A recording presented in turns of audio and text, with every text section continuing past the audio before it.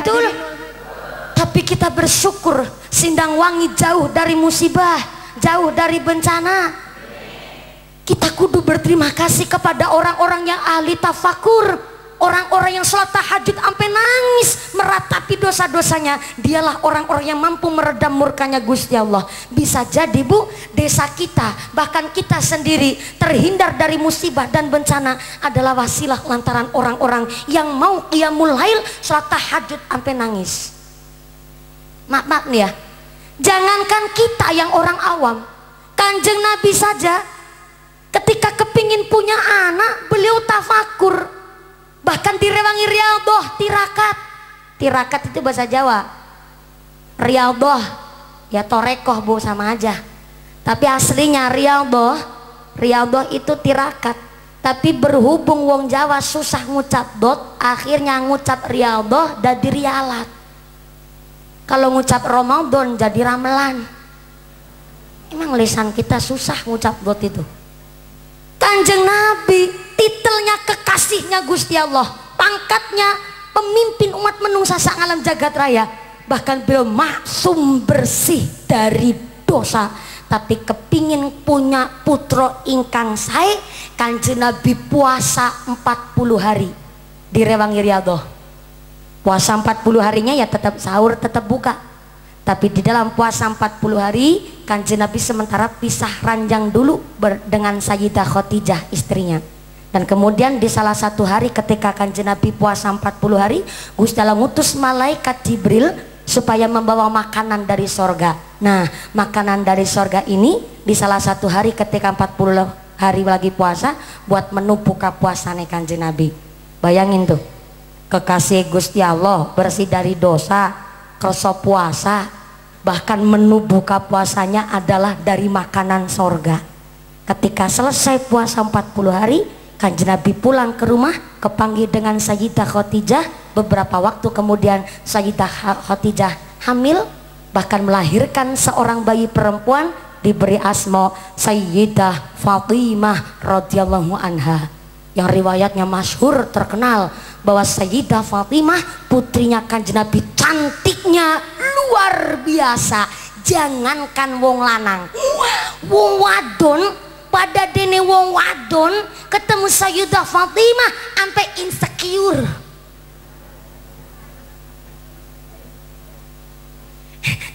Ini betulan saya cerita pada Ramil.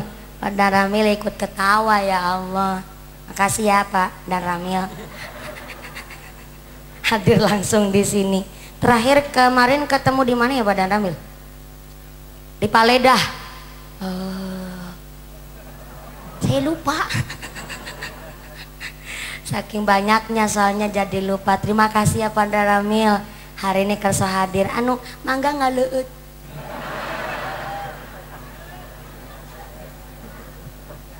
Ngaleut. Ya udah. Jadi Kanjeng Nabi setelah puasa Sayyidah Khadijah hamil melahirkan seorang bayi. Karena memang diriwayatkan 4 putra putri Kanjeng Nabi itu sedo ketika masih bayi. Jadi memang putra putri Kanjeng Nabi sebelum Sayyidah Fatimah itu meninggalnya ketika masih kecil bayi Pak. Sehingga ketika Kanjeng Nabi ingin punya putra ingkang sae, beliau menikah berusaha untuk tirakat riyadhah sama Gusti Allah. Maka Sayyidah Fatimah masyhur sekali riwayatnya bahwa putri Kanjeng Nabi cantiknya luar biasa. Wong wadon ketemu Sayyidah Fatimah sampai minder.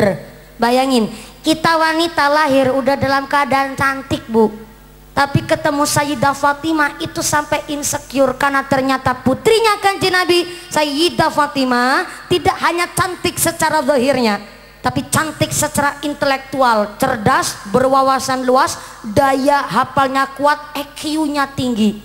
Kenapa? Karena putrinya Kanjeng Nabi dan ditirakati oleh orang tuanya.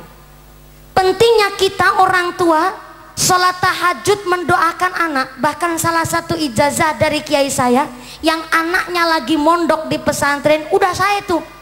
Tapi jangan lupa harus ada parenting antara orang tua kepada anaknya. Saben sholat maghrib, setelah sholat maghrib anaknya dihadiahi Fatihah 41 kali.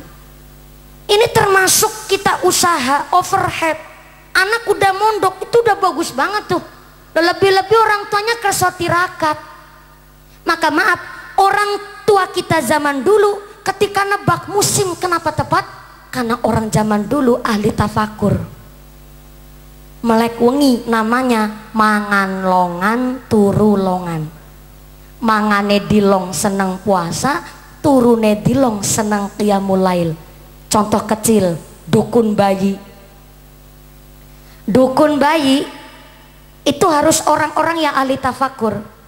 Kalau dukun bayi ninggal sholat, dukun bayi nggak baca Quran, dukun bayi meninggalkan zikir, maka maaf doane tambar. Cara Cilacap, tambar iku ora mandi ora ampuh pak.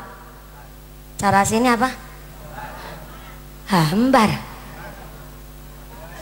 Hambar. Ini kurang garam pak, hambar. Kalau di tempat saya tambar, pakai T, tambar. Tambar itu artinya doanya nggak ampuh, doanya nggak bisa terrealisasi karena ninggal sholat. Maka kalau dukun bayi itu harus orang-orang yang ahli tafakur. Maka dukun bayinya dulu nggak ada alat canggih, tapi orang melahirkan nggak ada yang operasi sesar. Betul, betul. Nggak ada alat canggih, tapi dulu lahiran normal kabeh. Dukun bayinya ngucap, ya Allah, iki cek Sartina arep babaran ngedene angel ya Allah. Moga-moga iki wasilah rahmat panjenengan, iki Sartina dikasih lantaran gone babaran kanthi lancar dan gangsar. Al-Fatihah. Orang zaman dulu ngucapnya Al-Fatihah. Bismillahirrahmanirrahim. Alhamdulillahi rabbil alamin. Ar-Rahmanir-Rahim. Ye, ketawanya jangan ngece sampean. Walaupun orang zaman dulu ngucapnya Ar-Rahmanir-Rahim, doa sesepuh zaman dulu asyhadur ruh. Saya ulang. Asyhadur ruh, doanya nyambung sama Gusti Allah. Kenapa bisa begitu? Contoh, tongkatnya Nabi Musa alaihissalam dipegang sama Nabi Musa, wasilah mukjizatnya Gusti Allah buat belah laut, lautnya terbelah jadi dua. Tapi kalau walaupun sama-sama tongkatnya Nabi Musa dipegang sama mumpuni, jangankan buat ngebelah laut bu, gue mentungin orainya orang mati-mati bu. Karena beda di tirakatnya, beda di dalam riadohnya. Nabi Ibrahim alaihissalam dibakar oleh Raja Namrud, sama sekali tidak ada luka di dalam tubuhnya. Tentu mukjizat dari Allah. Tapi kalau mumpuni yang dibakar mateng bu. Soalnya apa? Beda di tirakatnya. Berarti overhead. Nabi Ibrahim pun overhead. Ibadahnya di atas rata-rata umumnya orang beribadah. Orang tua kita zaman dulu memang ucapan Al-Fatihah aja nggak fasih, tapi Al-Fatihah wong biyen sama Al-Fatihahnya kita mungkin bisa jadi lebih mandi. Al-Fatihah wong biyen nyatane nebak musim aja tepat. Dukun bayi cuma ngucap Al-Fatihah babar brah brah brah, bayi ini lahir waras selamat, langsung dipancak nang dukun bayi ini. Dukun bayi ngucap ge 40 dina ibune sing nembe babaran aja metu ngomah. Manut dilakoni 40 dina gak metu ngomah, sekali metu ayune luar biasa. Zaman dulu lah bu. Sampai dukun bayi bisa ngerti mana wong jujur mana yang ngebohong. Nembe babaran mangan sambel ngakune ora map yang mencret bayinya. Tetep gak ngaku nyatane bayinya yang ada biji lomboknya. Tuh aneh tuh. Begini. Kalau seorang ibu menyusui anaknya, ibunya makan sambel, maaf bayinya mencret, itu mah wajar. Tapi mawi anak biji lombok bu, Itu masuknya dari mana coba? Itu kemarin ya, kiai saya, bapak saya mengungkap hal itu belum masuk akal Bu, sampai mumet gara-gara wiji lombok. Tapi ya nggak apa-apa, namanya at-tafakkaru sa'atan khairu min alfi raqatin. Wong gelem mumet mikir sesaat iku lebih becik ketimbang sholat sunnah 1000 rakaat. Sampai kemarin saya mikir ya, ada tengu, ibu tahu tuh tengu nggak? Tungau cara sini tongok kanan, tongok ke kiri. Oh tengok. Tongok warnanya apa? Berem. Oh berarti sama kayak Cilacap nyebutnya tengu. Tongok itu saudaranya kami tetep, adine kemerki ponakan merutuk.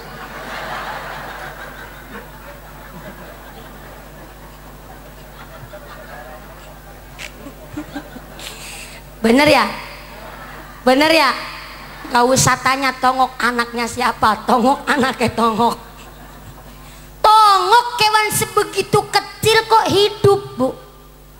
Kan hidupnya dikelek, pating selempit, pating selesep. Lah kok urip? Berarti kan ambekan. Kalau ambekan dan ibu dia dikasih napas. Saya lagi mikir ya, lah tongok kok urip berarti manaku mana, nek manaku manak berarti kan meteng, nek meteng berarti kan de jeroan, nek de jeroan berarti kan de bolongan. Nah itu bolongannya gedenya seberapa, gue yang lebok nara kesasar. Si mikir lagi ya, lah tongok kok meteng berarti kan anak tongok lanang, anak tongok wadon. Kalau ada tongok lanang, ada tongok wadon, mungkin ada tongok selingkuh kayaknya Bu.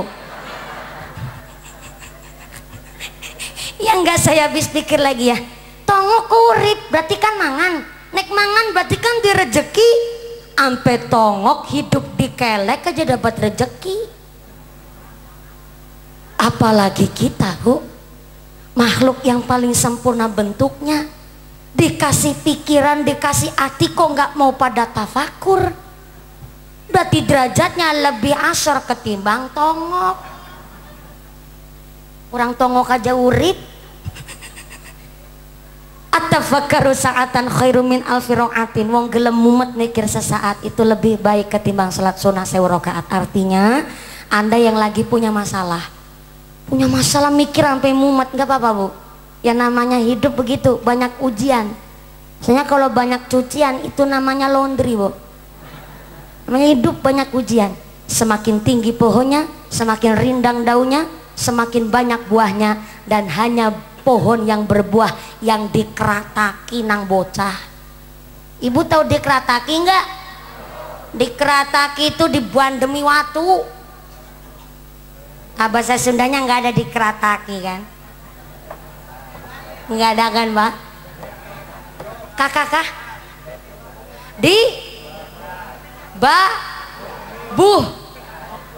dibabuhkan. Cilacap dikerataki. Hanya pohon yang berbuah Pak yang dilemparin batu. Jadi kalau pohon nggak ada buahnya ya nggak mungkin dilemparin batu. Orang semakin kuat imannya, semakin tinggi imannya, maka semakin kencang angin meniup. Resiko jadi pohon. Tapi kalau jadi pohon nggak mau ketiup angin, gak usah jadi pohon Pak. Jadi rumput baik silakan. Tapi resikonya jadi rumput lebih besar Pak. Diinjek-injek manusia. Ya kalau cuman diinjek manusia lah diinjek embe. Ya kalau cuman diinjek aja, kalau diuyui alah, asor banget malah jadi rumput. Namanya pohon kudu siap, kuda-kudanya akarnya kudu kuat. Semakin tinggi pohonnya, semakin rindang daunnya, semakin kencang angin meniup. Maka syaratnya adalah kita banyak-banyak bertafakur, kita merenung apa saja nikmat saking ngarsane Gusti Allah. Memang nggak bisa kehitung, tapi minimal kita datang ke dunia dengan keadaan yang baik, maka pulang ke ngarsane Gusti Allah harus dalam keadaan baik. Datang ke dunia dalam keadaan ingkang sae, maka pulang ke rahmatullah harus dalam keadaan radiyatan mardiyah, harus dalam keadaan yang sae juga. Datang ke dunia ini datangnya dengan keadaan selamat, pulang ke ngarsane Gusti Allah harus dalam keadaan bin qalbin salim, harus dengan keadaan yang selamat. Bu, Bapak ke? Sini manggilnya Bapak ke apa Bapak? Bapak ke? Bapak ke? Siapa? Bapak anak. Bapak anak saha? Bapak anak budak. Oke. Bapak anak. Bapak anak. Bapak anak saha? Maaf ya Pak, pinter sama cerdas itu beda. Bentar dulu Ibu, ya iya. Ngajinya kayak lagi di Indosiar, pakai ada penilaian, ya iya. Emang tahu bedanya apa? Kalau pinter itu sebab dibentuk karena tuntutan, tapi kalau cerdas itu kondisional. Saya ulang. Mau ada yang ngeyel lagi soalnya. Saya pindah ke sini lagi nih. Bu. Pinter sama cerdas itu beda. Pinter itu karena dibentuk sebab dituntut, tapi kalau cerdas itu karena keadaan. Contoh, orang masih hidup itu baru bisa mikir dengan pinter, tapi kalau udah mati barulah bisa mikir cerdas. Nggak percaya? Ini saya tanya sama yang masih hidup. Assalamualaikum. Ibu masih ambekan? Masih napas? Urip tuh namanya. Maaf ya Bu ya, antara ban bekas sama emas sekarung, lebih mahal ban bekas apa emas sekarung? Nah itu jawaban wong pinter. Ban bekas sama emas sekarung tentu lebih mahal emas sekarung. Tapi ada orang nggak bisa berenang, kecemplung belumbang. Nggak bisa berenang, dia nggak bisa berenang, kecemplung belumbang, ketilem arep mati gelagepan. Disuruh milih antara ban bekas sama emas sekarung, kira-kira milih emas sekarung apa ban bekas? Nah itu cerdas.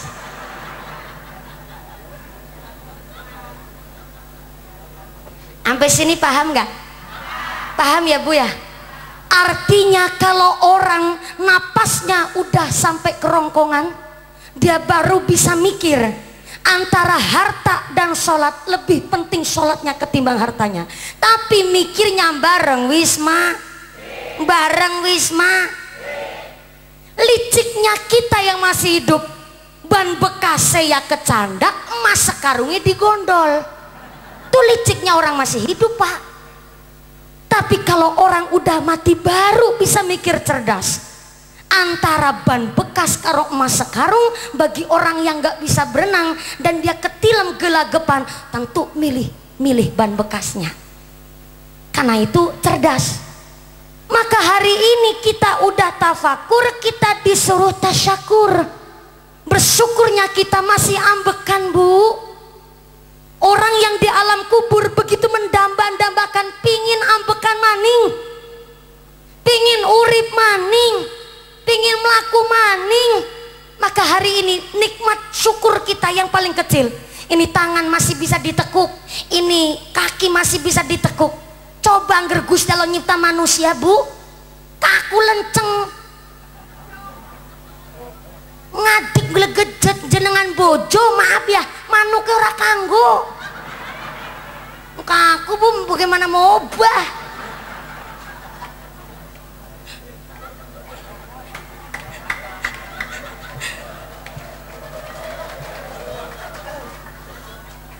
Hanya sekedar menggerakkan tangan begini Bu, kaki bisa ditekuk begini. Ini orang yang dalam kubur sangat-sangat iri, kepingin bangun lagi urip nang alam dunia.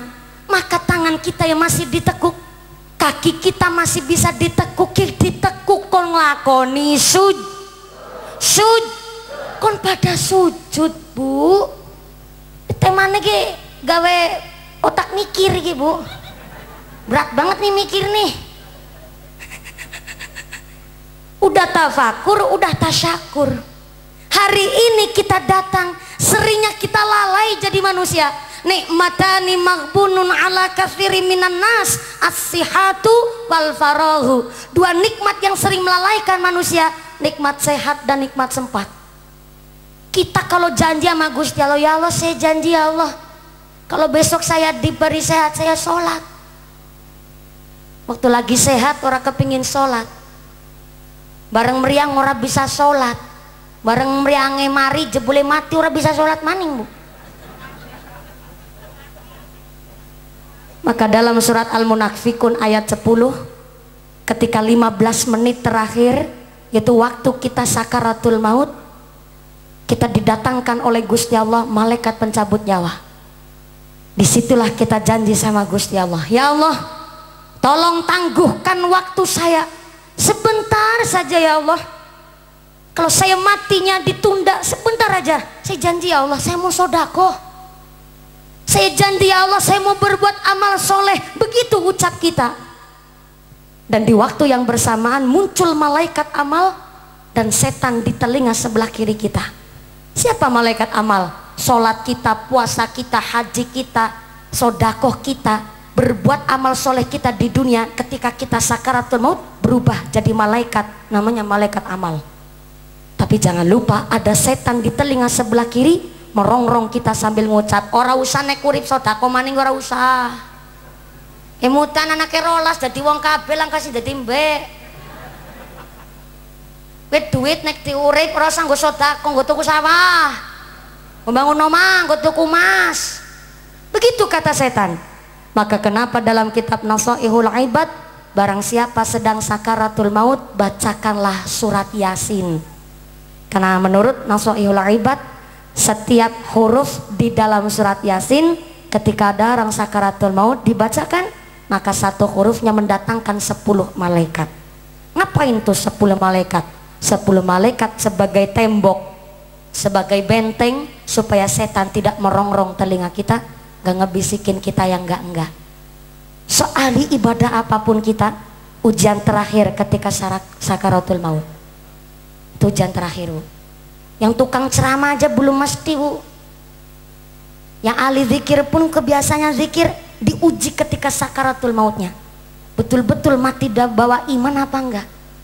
Kita diuji pas ketika sakaratul maut.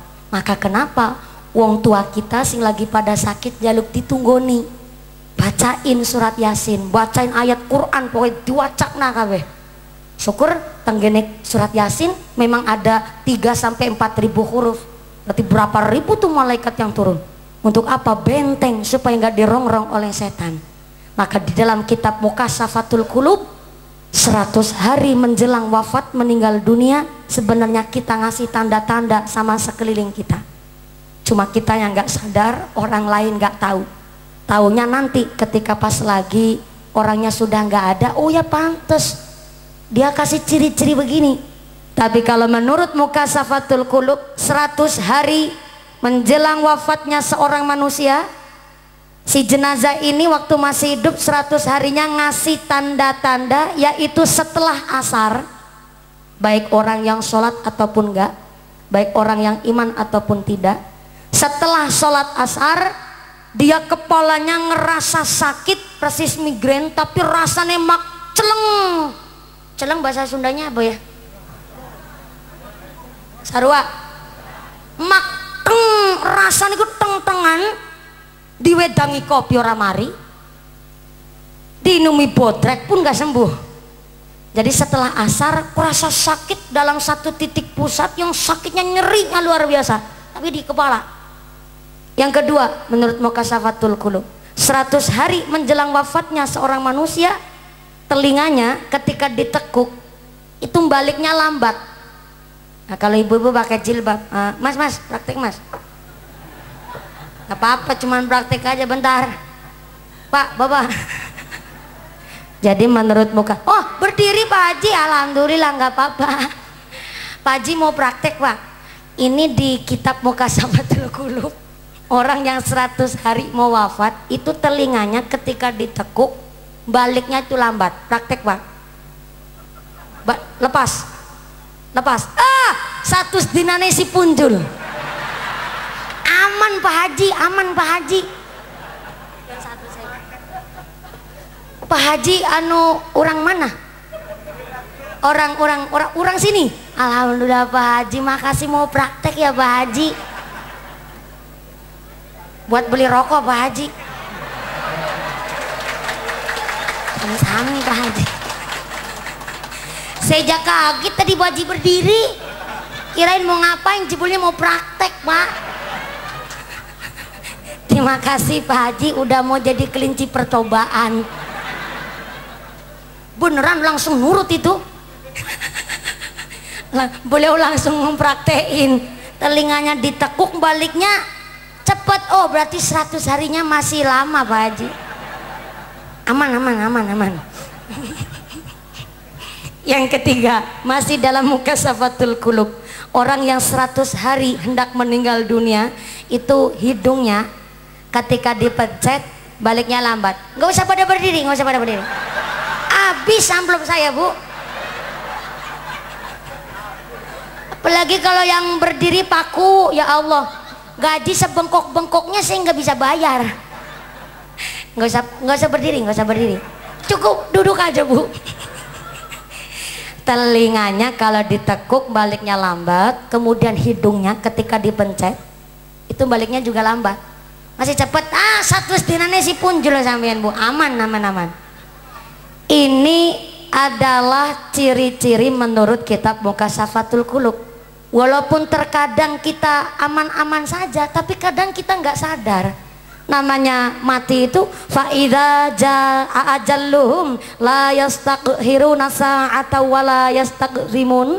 Lamun wis teka titi mangsa ajaling menungsa nggak bisa diundur, nggak bisa dimajukan walaupun hanya sesaat.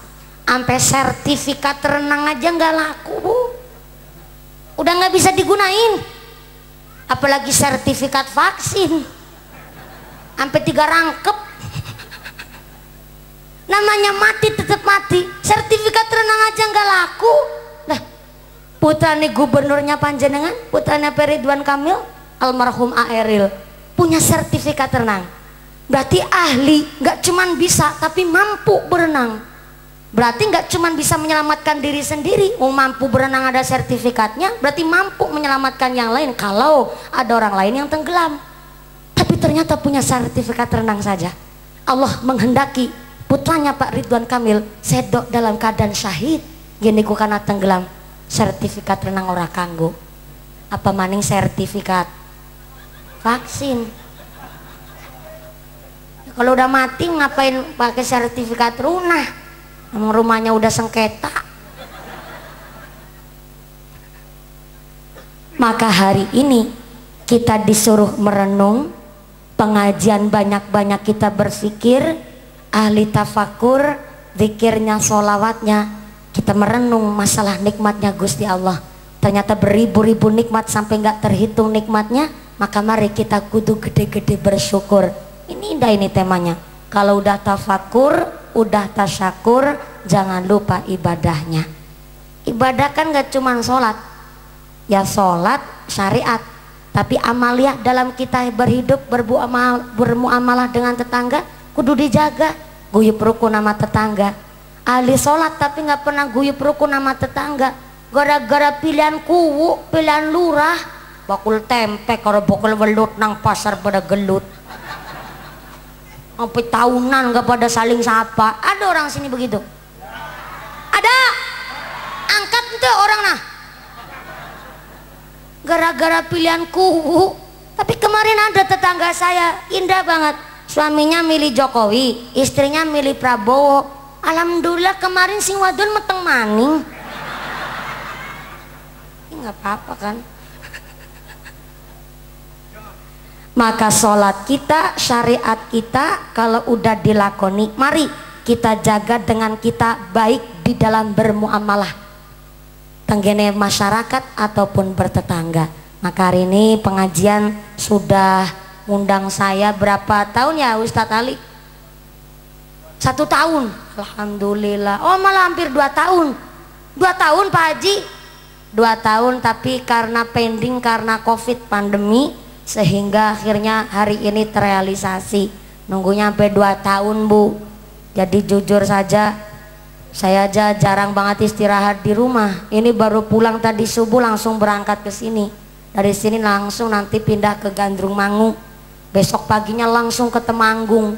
Dari malam subuh saya pengajian dari Indramayu.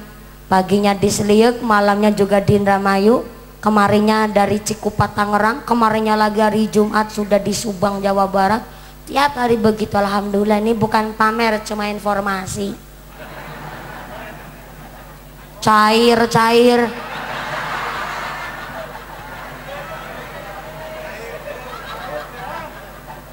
Gimana ceritanya saya yang ceramah sampean yang hitungin amplop? Kalau cair adalah satu ungkapan doa, tetap saya aminkan. Mbok jadi ustazah cair kanggo sanggup ibadah. Amin Allahumma. Ngomong-ngomong jam berapa Bu? Jam berapa Pak? Saya nggak bawa jam ini, lupa. Jam 2. Gimana ceritanya jam 2? Orang naik jam 2 lebih 1/4, ternyata jam 3:30 muncul. Ini mau dilanjut nggak? Diterusin? Sampai jam 5 sore? Di dalam.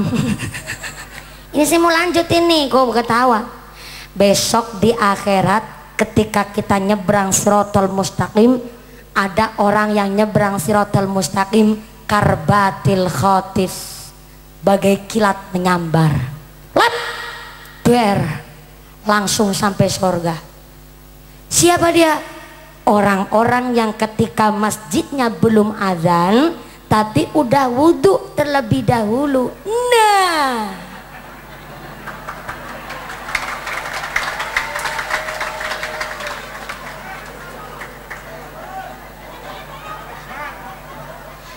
ini bukan saya mencari alasan, Kang Sarmin.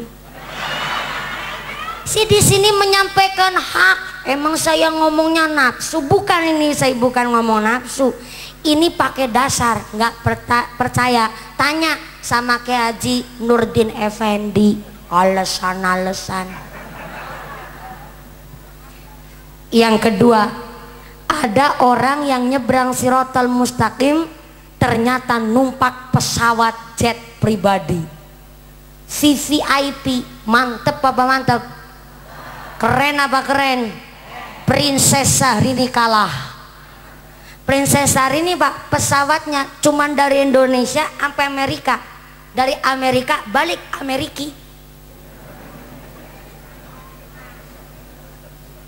Tapi orang-orang yang punya kebiasaan wudhunya barengi masjid azan. Contoh nih, masjid kita Nurul Huda, toanya bunyi azan, Anda terus gagian ambil wudhu. Nah, besok di akhirat Anda berhak nyebrang Siratal Mustaqim numpak pesawat jet pribadi. Allahumma. Tapi bagi orang yang kebiasaan gone wudhu setelah masjidnya azan selesai, kok baru ambil wudhu, nah besok di akhirat nyebrang Siratal Mustaqim numpak sepeda ontel. Bane bocor, antene ucul, sadele hilang, ketagrak sampai juga sih di sorga. Tapi kan agak lama numpak sepeda ontel, sadele hilang maning, sagi bokongnya lancip, sadele lancip. Tapi bagi orang yang kebiasaannya wudhunya setelah masjidnya qomat, contoh nih masjidnya udah azan, puji-pujiannya udah selesai, udah iqomah, kok baru wudhu. Nah, besok di akhirat nyebrang Siratal Mustaqim sambil berlari alias melayu alias balap kaki. Melayu Pak, di dunia masih lari, di akhirat lari. Kenapa di dunia lari? Dia ngejar sholat jamaah gara-gara wudhunya setelah iqomah, jadi maring masjid melayu, nang akhirat melayu. Tapi ya tekan juga sih di sorga, cuman tak kapan datangnya. ambil lari soalnya. Tapi itu agak mending, lari berarti punya tenaga. Soalnya lebih parah, nyebrang Shiratal Mustaqim sambil ngesot, rambutnya dijambak, diseret oleh malaikat. Siapa? Orang-orang yang udah dengar azan, udah dengar iqomah, tapi tetap nggak ada niatan wudhu, nggak ada niat untuk sholat, bahkan boro-boro untuk sholat jamaah, niat sholat saja enggak. Maka kelak di akhirat nyebrang Shiratal Mustaqim sambil dijambak, dilarak, diseret sedang nyebrang Shiratal Mustaqim. Dah, sekarang milih sampean. Disuruh milih protes. Ini kan saya cuma tanya, disuruh milih. Dah milih, sampean nyebrang Shiratal Mustaqim mau sambil ngesot, lari, numpak sepeda apa naik pesawat? Naik pesawat? Ngimpi. Orang ngajinya ngajak sampai jam 5 sore numpak pesawat. Pesawat kadaluarsa namanya. Maka tadi saya bilang sama Ustadz Ahmad, Ustadz Ahmad, ini nanti saya naiknya awal aja ya. Tadi pernah tadi saya datang masih yalal waton, masih nyanyi-nyanyi. Ini kapan mulainya saya? Ternyata masih penampilan karena nunggu Pak Ustadz dari Rawa Apu koriknya dateng. Terus kemudian saya bilang, saya naiknya lebih awal. Emang kalau kesorean kenapa mumpuni? Soalnya kan saya bocah. Ipitulikur tahun belum Pak Yurabi kan masih bocah Pak Ibu. Ya alhamdulillah masih jomblowati saya Pak. Ngomong jomblonya yang biasa aja lah, nggak usah ngenyek sampean. Bapaknya ngece banget, ngomong jomblo aja ngece. Jomblo biasa aja. Orang saya belum nikah aja santai. 27 tahun kan masih muda ya Bu ya? Masih muda apa udah tua? Ini bapak-bapak nggak bisa diajak kompromi Bu. 27 tahun itu tua Pak. Baru kali ini ada pengajian jamaah nyebut kiainya perawan tua.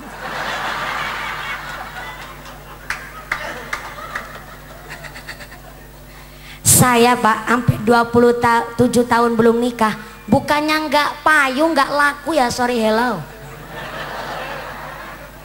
Yang ngantri mah banyak Bu, tinggal milih. Orang nikah kan boleh milih nggak Kiai? Nggak percaya tanya sama Kiai Haji Nurdin Effendi. Nikah itu boleh milih. Saya sampai hari ini memilih belum nikah dulu. Sebenarnya nikah mah kecil. Nikah mah gampang Pak, yang susah ngerawatnya. Betul? Betul? Saya masih sekolah Ibu. Saya baru lulus S1 saja sampai 14 semester. Hampir jadi mahasiswa expired.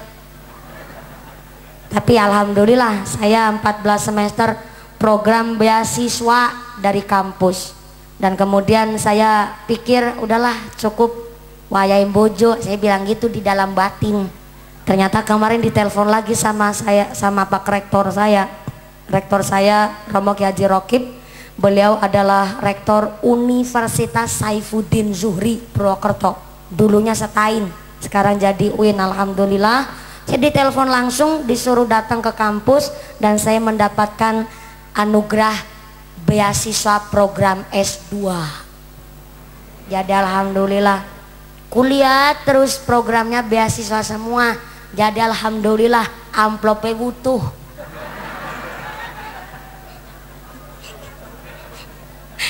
Mesti pada bertanya-tanya gitu, duit harap gue ngapa ya?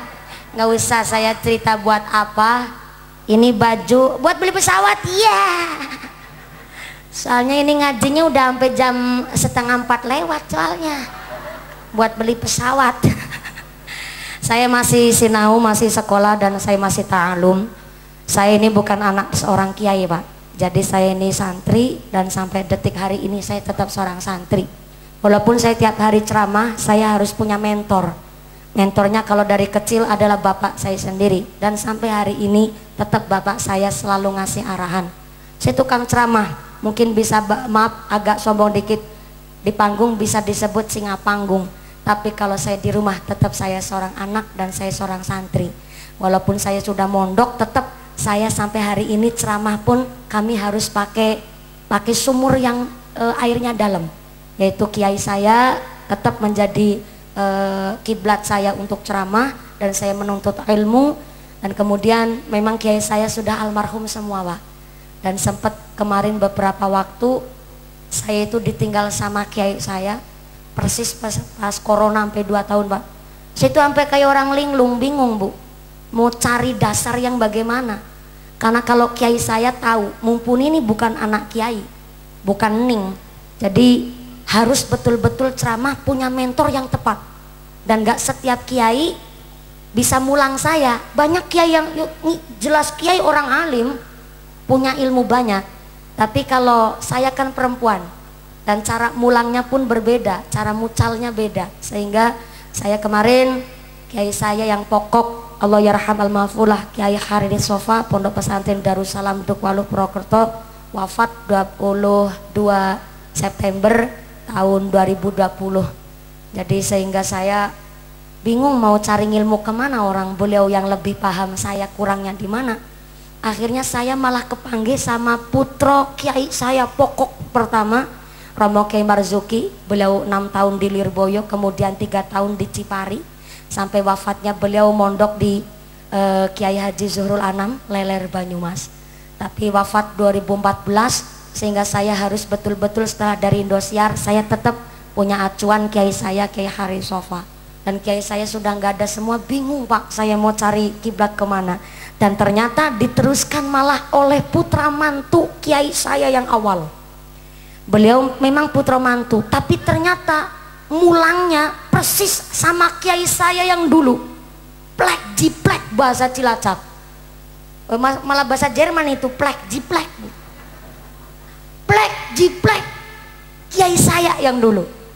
Beliau namanya Gus Asrori. Beliau 9 tahun di Darul Mutakin, Selo Pampang, Temanggung. Dan sehingga saya hari ini merasa sangat tenang, ayem, karena saya ngaji selalu ditegur oleh kiai saya. Kalau saya ngaji nggak ditegur, saya bingung, Pak, saya kurangnya di mana saya nggak tahu. Tapi ketika saya sekarang udah punya guru lagi dan kemudian persis cara mulangnya, hari ini saya punya acuan dan punya dasar. Dan saya hanya ingin menyampaikan kepada Anda, jangan salah paham, saya ceramah ini bukan hanya lulusan dari Indosiar, Pak. Nggak bisa hanya sekedar lulus dari Indosiar, dari program acara kompetisi, kemudian langsung ceramah, nggak bisa. Harus awal mula pun mondok. Rata-rata anak dari Indosiar itu sudah mondok terlebih dahulu, Pak. Dan saya pun udah ceramah dari kelas 3 SD. Saya umur 8 tahun sudah mulai ceramah. Wong saya di Lakbok dulu, pernah di Lakbok. Lakbok itu ikutnya Ciamis ya, Bu ya. Di Lakbok itu saya kelas 6 SD malah. Dan sampai hari ini saya masih ingat, saya ngaji di acara pernikahan, disuguhi daging kebo di dusun Barekbek. Masih ingat saya itu.